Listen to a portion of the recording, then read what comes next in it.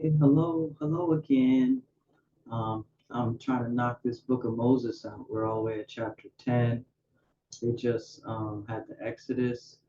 It was a beautiful arrangement. The only problems they had was some of the Amalekites tried to bum rush them, and that's when Miriam, um, the elder, the Nazarene elder prophetess, called on the angel of air to part the waters and stuff. And then even when the Amalekites tried to get up in the water at the end, they couldn't cross. But one of the points I made in the other video was that nobody's dying in these stories because the way, which is the way, which is Yah's way, is to create and live and have eternal life. Um, and this entire book, this entire Nazarene Bible, that's where I'm reading from, um, the Holy Megillah, Nazarene Bible of the Essene Way. And the word Essene means healer, and way is just what I told you. It is the way of creation, it's Yah's way. Like he decided that he wanted to have children, and so he thought, and he says he created, he became um, masculine and what he made the male and the female, and then they embraced and made everything, and then they emanated of themselves of masculine or feminine into the inside of here with us with the creation, and they're called the Lord and Lady Christ. And throughout this entire book, they're together. They incarnate as Yeshua and Mary of Magdalene, and their teachings were together. Um, and then at the end, after the crucifixion, just some of the disciples, Peter especially, he didn't agree to have a woman as the leader because they had already been in like the patriarchal Judaism. And even though Peter had to, they said, anyhow, they didn't accept the divine feminine. And so they broke off and made their form of Christianity. That's what the Ebonite Clementine texts are talking about. I did a video about them, and it's talking about Peter's religion and how he broke away from the Nazarene, and they stepped with the vegetarianism, but they left out the divine feminine.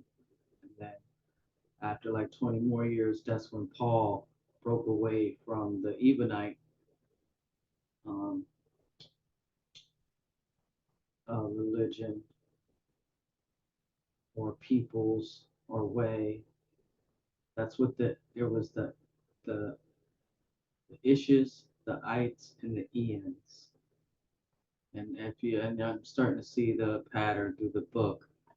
Um, the Nazarenes are the eons, the ishes are the Jewish, and the ites are these Jacobites, Malachites, and there's some more in there. Aaronites. We're about to hear Aaronite because he's about to split and change his name to Aaronites. Okay, so let's get going.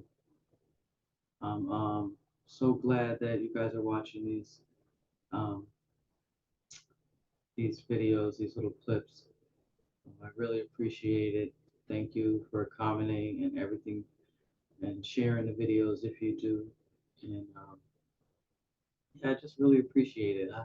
This is fun for me because I really um, have been studying this stuff my whole life. So the fact that by the time I found these good, juicy stories, I can share it with everybody is just so exciting. And um, yeah, so thanks, guys, for watching. I'm sincerely. Okay, here we go. This is chapter 10 of the book of Moses. The Jacobites desire to steal the land of milk and honey. Because what I was saying about before I broke down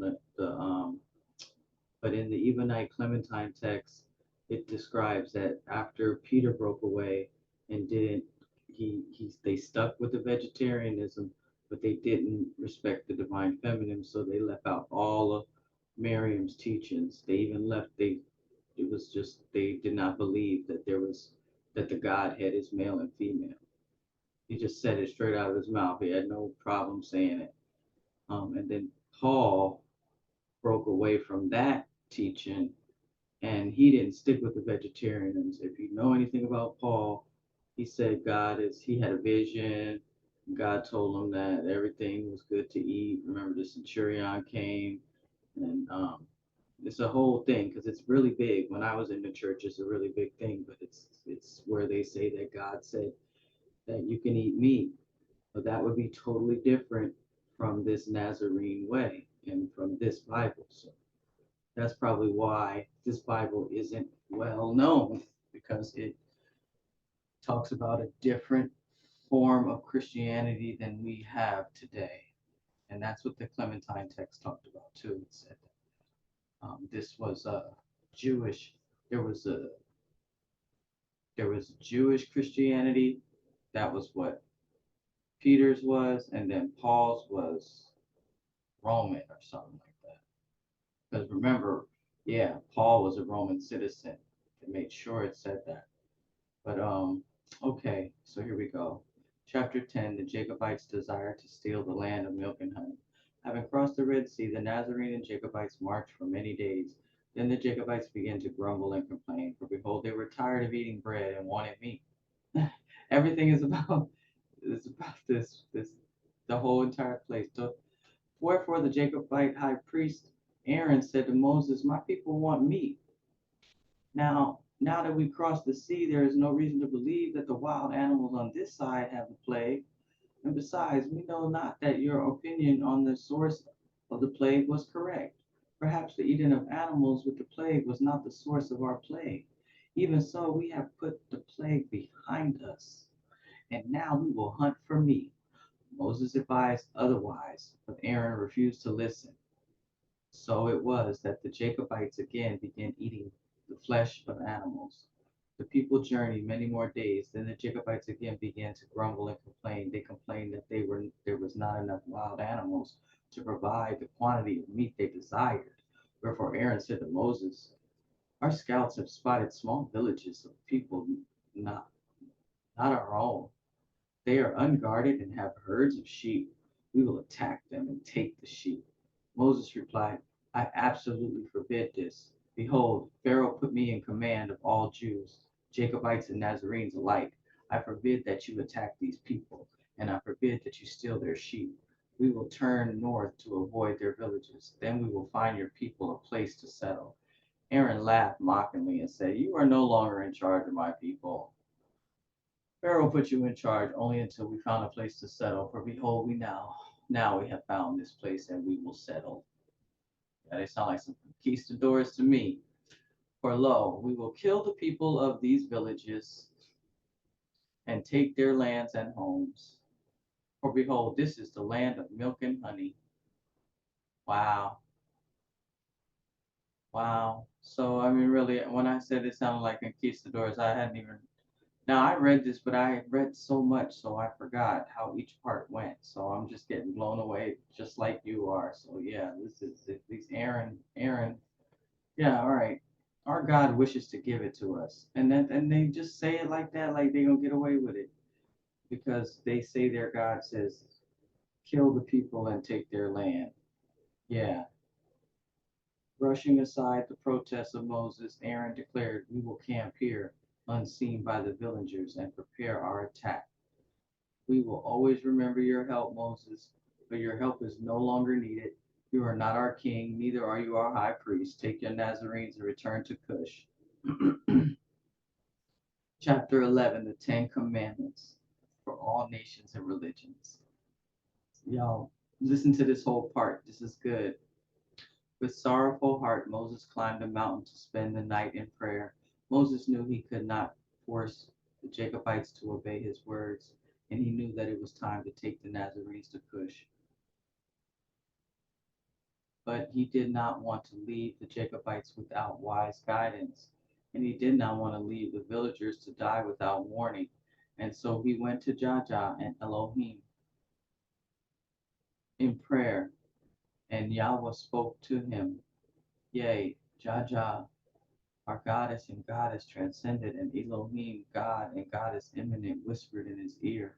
See, it always says that there's never just one mixed, because they're a family, their creation does not exist without the masculine and the feminine. So yeah, all right. They whispered in his ear, and Moses desired to write down what was whispered in his ear, but had no parchment. Therefore he took a stone, the shape of a tablet, and a tool good for carving, and in the stone he chiseled 10 commandments. And these commandments were for the Jacobites and all nations and religions that desire to return to the true Yahweh. For before, for behold, any who have strayed but embrace these 10 commandments will be made ready to receive the bar here Shivathaim. And the bar here Shivathaim is the way of Yahweh for the people of this world. Yeah, that's what you say Yahweh. It's Yah's way. Receive now the 10 commandments that Moses carved upon the stone tablet, the 10 commandments for all nations and religions. Hear me, O Yisra'el, if you would have joy in your life and abundant blessings rather than pain and misery, keep these commandments. Within the one Yahweh is both God and goddess, wherefore worship both the Father God and the Mother Goddess, that you be centered in the all. Within the creation is a spark of the Creator, wherefore know yourself. Within every creature is a spark of the Creator, wherefore respect all living things in the manner that you respect yourself. Yahweh desired that all creatures live in a non-violent cooperation, wherefore walk softly on Mother Earth, seek non-violence, and make no laws that conflict with the way of Yahweh. Yahweh does not sanction violence, warfare, wherefore any religion, scripture, or prophet that declares otherwise either lies or is in ignorance and should not be obeyed. You shall not kill any creature for pleasure, nor for profit, nor for food. You may eat the milk and eggs of animals that are well cared for, but know this, these foods are for this world only. For in the lower heavens the cherubims eat but fruit, and in the higher heavens they eat only heavenly essences. You shall cultivate honestly within yourself and in every relationship. You shall forgive yourself when you stumble, and likewise forgive others their shortcomings.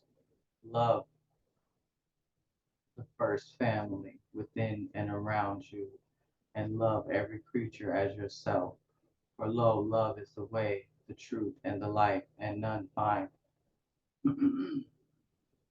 Yahweh except by love.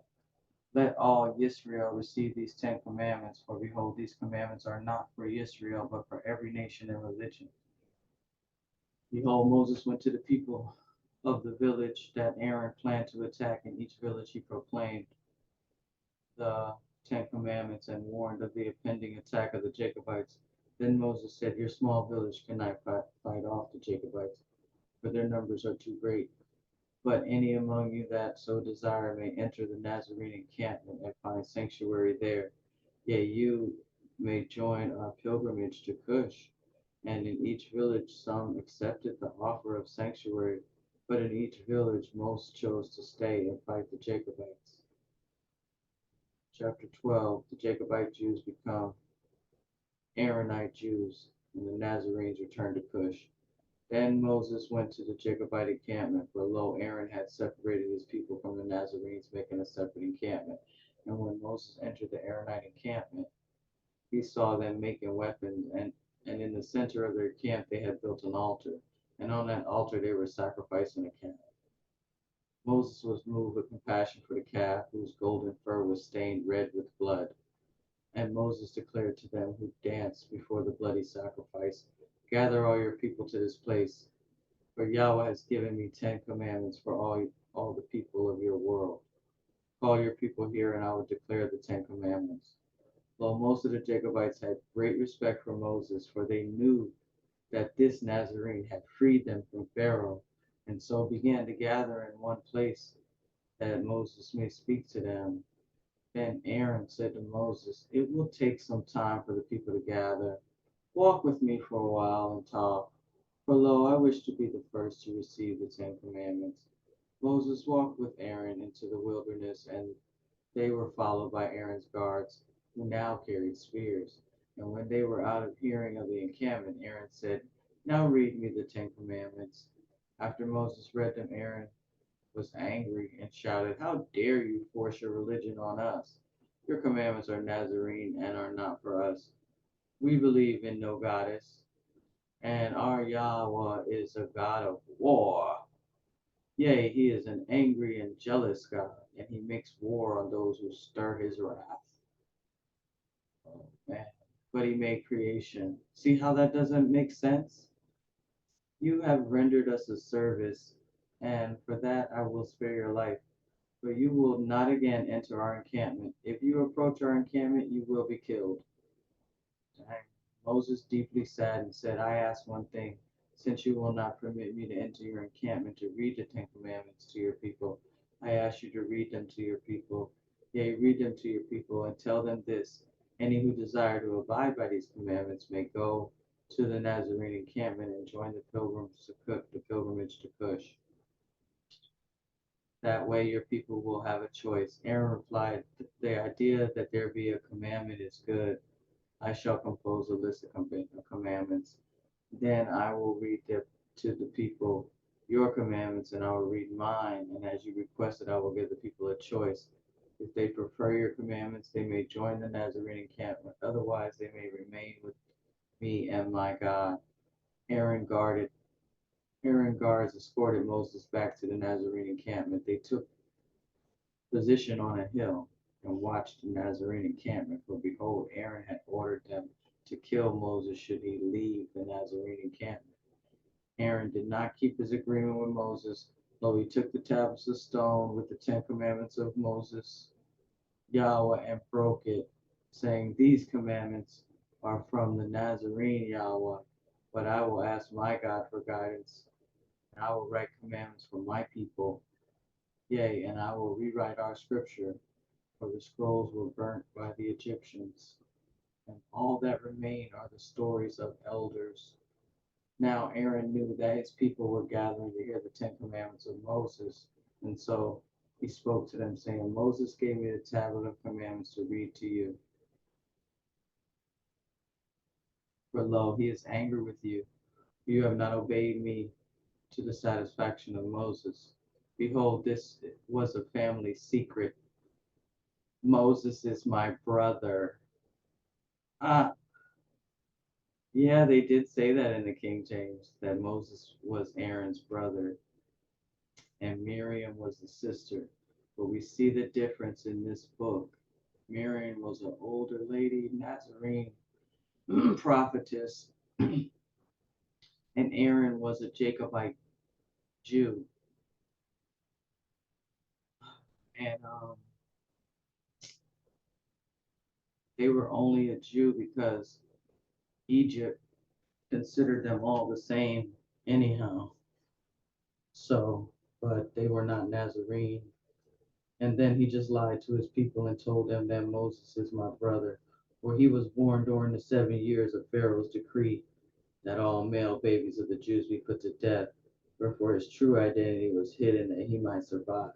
Lo, the words of Aaron were but lies, for Aaron was no brother of Moses, and the scriptures that Aaron wrote put many words in the mouth of Moses that he never spoke. I want to say something real quick. Oh, let me just finish. Moses led the Nazarenes to Cush. There they formed 7 villages, and on the holy mount a mother temple was built. Moses lived at the mother temple with his wife and his sisters and her sisters until the sisters married and built homes nearby. Moses had one child by Shalisha, a daughter named Yoshebed, in memory of his mother. And the Nazarene religion of the Essene way was again practiced in Cush.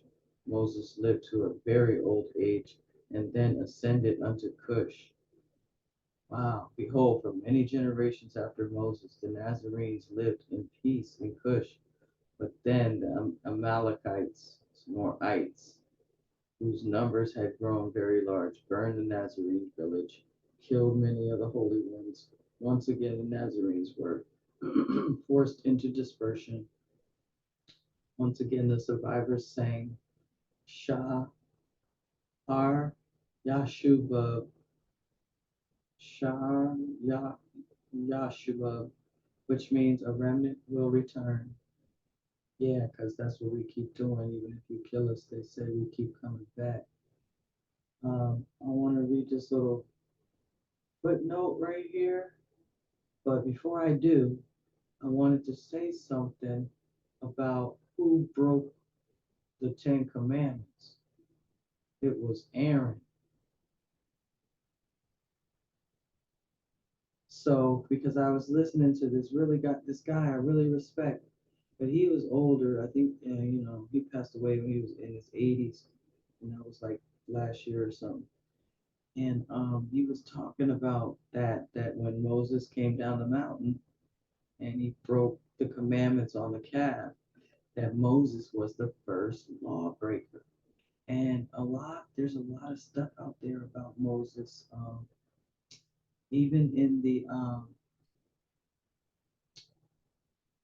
what the first book I did, the Apocrypha of John, the Nag Hammadi Library, it's clowning Moses in there. And it's supposed to be uh, of the one talking in the Nag Hammadi Library in the Apocrypha of John is supposed to be Christ that appeared to John after the crucifixion and the resurrection and the ascension. John was getting questioned by some Sadducees, the Pharisees or something like that, and they were asking him, "Where is your God now?" And then John was troubled when he turned away and started asking, "What was it all about? Why did he come? Whose son was he? Where did he go?" All this stuff, and then this is what I'm quoting right now is from the Apocrypha of John, of Nag Hammadi Library. Then there appeared from him a vision, and it was supposed to be the Christ. And he said he was going to tell him everything. And he, in there, in telling him everything about the creation and what had happened, what's going on, he was correcting Moses. If you ever hear that or read that Apocrypha of John, you'll see that he says, "Not as Moses said." Not as Moses said in a whole bunch of places. Not as Moses said to to be where the Gnostics were comparing the um, King James version. I mean, really, I mean, the Gnostics were written before that. So either the Gnostics, some of them, and it does say that in one of these books, it explains that there were a lot of sects called Essene because Essene means healer. But how you know whether they were Nazarene was whether they were vegetarian and whether they talked about God and goddesses being one, being um, yeah. So we and see how Aaronite said we believe in no goddess. So that's what the difference is. So if you want to know what was the difference between the Nazarenes, uh, Christians, which yeah, then that's it. Vegetarianism and and um, and acknowledgement of the goddess, the divine feminine. Um, and I don't think we could use the word vegan or vegetarian because it's talked about that you could eat the eggs and the dairy from animals that are well cared for. So they wouldn't have been vegan. They were just vegetarian and they ate eggs and dairy. And then, some of them only ate fruit or something like that, I think it said. But okay. So this was here, and we're gonna stop it. I think that's gonna be the end of Yeah, yeah, this is the glory of the kings. I did this already. So that's the end of the book of Moses, guys. For about 35-minute videos. I'll put it in a playlist so they can play one after the other. Previously in the Holy Megillah, we learned that the time of Jacob, that at the time of Jacob, the Canaanite religion split into two religions, Jacobite and Amalite. Amalekite. So here's the ites. Um, the religion of Amalek was a continuation of the Canaanite religion, whereas the religion of Jacob was a departure from that religion. Though Jacob broke away from the Canaanite religion, he nevertheless carried over certain elements, including animal sacrifice. Jacob's religion was somewhat influenced by the Nazarene religion, becoming more benign, and was the beginning of what the Nazarene called the Jacobites. The Jacobites called themselves Judaism, taking that name from the Nazarene line. That so impressed Jacob. However, from the time of Aaron's rewriting of the Jacobite scriptures, the Nazarenes began to call all that form of Judaism Aaronite. Yeah, because he was the high priest at the time of the people. So then, whoever was a high priest, they just changed the name of the people, and they just threw it I. Oh well, that's how I be spelling night. But yeah, it's just ites, the ites. So they have the ishes, which would be this Jewish, the ites, and the Ians. Start to look for them. I heard a lady say that, like, I would say almost 3 or 4 years ago. I wrote it on a shoebox that I keep my sage and stuff in. So every now and then I see ishes, ites, and Ians. And I didn't know. I looked up Chinese. I was looking everywhere to try to find out where are these people. And then lo and behold, this book drops on my doorstep like this. And there they are. Now I know who the Ishes, the Ites, and the Ians, because they called themselves Jewish. Um, and the Ites, okay, they come from the Canaanites. See, I didn't see that before until I started. I never heard Aaronite and Jacobite. I might have heard that before. But okay, guys, that was the book of Moses. Um, and Aaron's lie, telling her he was Moses' brother. What else was in here? This was some pretty different stuff about Moses. Like Aaron was the first lawbreaker, broke the law. Aaron broke the Ten Commandments, not Moses. They really gave Moses a bad rap. And then Moses, right? He they said because he messed up that he didn't get to the promised land, you know. And honestly, it says right there he led the Nazarenes to Cush, and everything was fine, and he lived at the Mother Temple. He had a daughter, many generations. They lived in peace in Cush till the Amalekites. So the Amalekites came and did all that. He lived to a very old age, and then he ascended to Cush, to El Cush. Yeah,